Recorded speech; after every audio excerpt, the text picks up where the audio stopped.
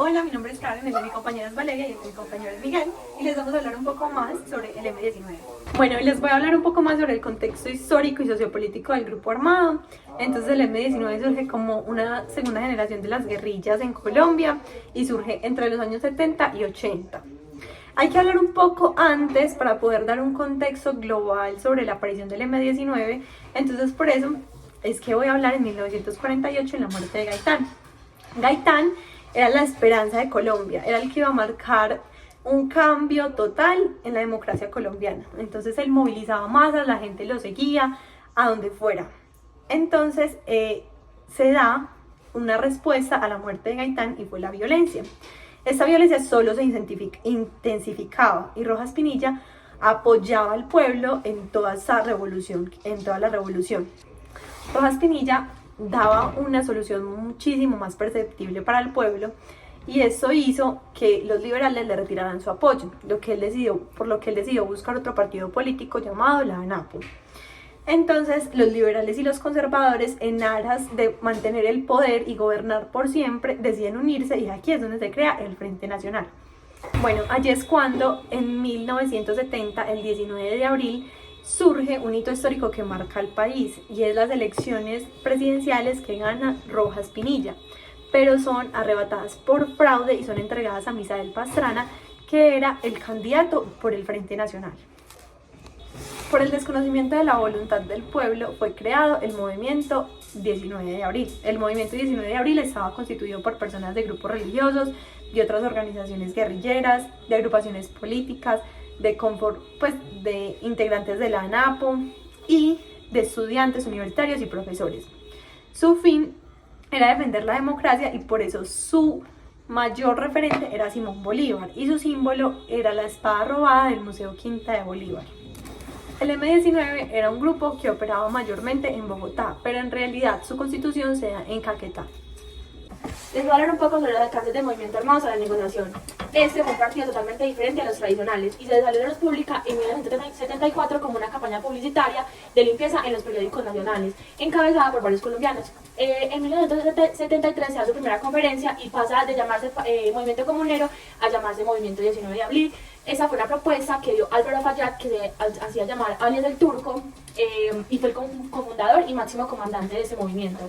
Les voy a hablar un poco sobre dos hitos muy importantes de la historia. El primero fue en 1974, donde un comando entra al Museo Quinta de Bolívar y se roba la espada de Simón Bolívar. Este hecho se convirtió en la primera acción del M-19 y la operación fue liderada por Álvaro Fayad, que fue el máximo comandante, como les acabé de explicar. Voy a hablar sobre los acuerdos y negociaciones del M-19. Durante el gobierno de Belisario en 1983 se crea la Comisión de Paz con el M-19. Se trataba de darle amnistía a los presos guerrilleros. Los militares no estaban de acuerdo, pero sin embargo el gobierno siguió. En 1984 se crea un acuerdo que se llama cese al fuego. En este se trataba sobre dejar las armas y llegar a un acuerdo con ellos para terminar esta guerra que estaba entre el gobierno y los guerrilleros y otros grupos armados que hacían parte. Este se incumple por parte del mismo porque los militares atacan un campo del M-19, entonces... Bueno, recapitulando lo que les había explicado a mis compañeros, el 6 de noviembre de 1985, el M-19 toma el Palacio de Justicia de Bogotá y se retoma la violencia contra el M-19. Entonces en este ataque resultan muchísimas muertes y se dan muchísimas violaciones contra la vida de las personas y se dan delitos de lesa humanidad. Bueno, en 1986 el M-19, pues debilitado por las muertes de algunos líderes, se une con otras guerrillas y secuestran a Álvaro Gómez para presionar al gobierno para llegar a un acuerdo de paz. Las negociaciones de paz comenzaron en 1988, lideradas por Álvaro Leyna. En enero de 1989 se firmó la declaración conjunta que llevó al cese de fuego del M-19. El 9 de marzo de 1990 ya se está pactado el acuerdo y se entregan las armas y... Como dijeron mis compañeros, el 9 de marzo de 1990 se firma el acuerdo final en donde se da la ley 77 de 1989, que esta ley otorgó indulto a los insurgentes y a aquellos involucrados en delitos políticos. Además, se dio el compromiso a la Asamblea Nacional Constituyente el cual tuvo 19 puestos del M19 en dicha asamblea. Bueno, la pregunta para Karen es, ¿qué rol jugó el Frente Nacional en la radicalización de los movimientos políticos como el M19? Bueno, el Frente Nacional juega un papel súper importante porque es debido a la unión de liberales y conservadores que se da este cierre al poder de otros partidos. O sea, ya ningún otro partido podía participar y ellos creían que podían gobernar perpetuamente con, pues, como con este acuerdo de que cada 4 años uno, cada 4 años otro. Pero pues influye muchísimo porque creen que pueden gobernar perpetuamente. Karen, entonces ¿tú crees que pudo haber sido diferente si no existiera este acuerdo entre liberales y conservadores? Bueno, si no hubiera existido el Frente Nacional, yo creo que eso hubiera sido muy diferente, porque precisamente ese fraude electoral se dio a que el Frente Nacional quería gobernar y quería gobernar perpetuamente.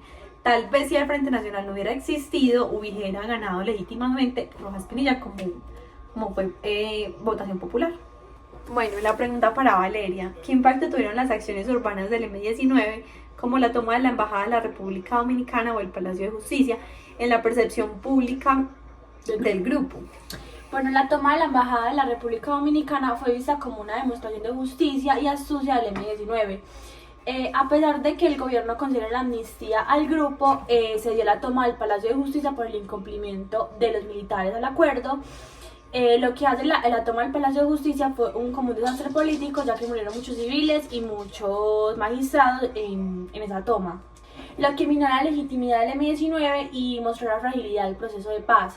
Y esta acción pues dejó una mancha imborrable para la historia de toda la humanidad. Bueno, la pregunta para Miguel: el M19 tomó un enfoque más simbólico en sus primeros actos, como el robo de la espada de Bolívar. ¿Qué significa eso en términos de identidad política y de lucha? Bueno, pues ellos les querían demostrar al gobierno y al pueblo colombiano de que la espada de Simón Bolívar era como símbolo de independencia y democracia, que es de lo que él hizo desde un principio. Con esto le mostraron pues como al pueblo de que ellos querían hacer justicia y demostrar pues que debería de haber una democracia y que no podía ser arrebatado por la anarquía de ellos.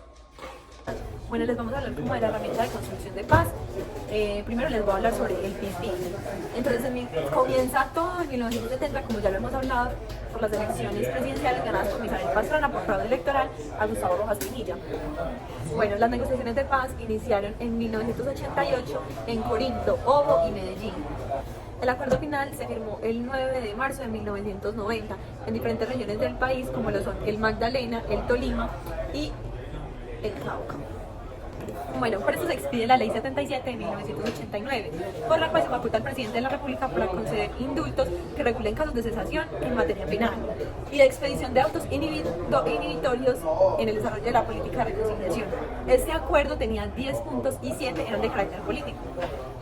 Con los acuerdos firmados el 23 y 24 de octubre del 84 se dio orden de iniciar el cese al fuego, que fue en búsqueda de la justicia social. Y durante el gobierno de Virgilio Barcos se crea la Consejería para la Reconciliación. Las negociaciones de paz comenzaron en noviembre del 88, lideradas por Álvaro Leyna. Y el M19 en realidad dejó las armas en 1990 y se transformó en el partido Alianza Democrática. Bueno, y ahora vamos a hablar sobre los acuerdos más importantes que se firmaron. Como primero tenemos la incorporación a la vida civil de los guerrilleros. Segundo tenemos la Circunscripción Especial de Paz. Tenemos el Fondo Nacional para la Paz, La reforma electoral. La reforma a la justicia. la Comisión Académica No Gubernamental sobre Estupefacientes, Otros temas relacionados con el pacto político, la paz y la democracia. La desmovilización y dejación de armas del M19. la Comisión de Seguimiento. Y el plan de seguridad. Como ya sabemos, Petro consiguió pues como un triunfo en la segunda vuelta que fue histórico, ya que tuvo más de 8 millones de votos y se configuró por primera vez una alternativa del gobierno nacional de las vertientes de izquierda. Es decir, siempre habíamos tenido pues como gobiernos de derecha y Petro, o sea, fue como un cambio, y de centro, y Petro fue un cambio para todo el país.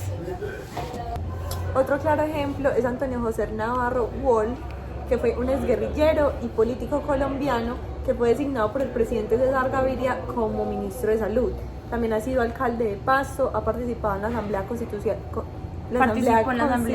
de 1991, fue representante a la Cámara por Bogotá, fue gobernador de Nariño y también fue senador de la República. Con la iniciativa estudiantil La Séptima Papeleta se logra la designación de los miembros de la Asamblea Constituyente del 91 y también la Alianza Democrática, el M19. Gracias.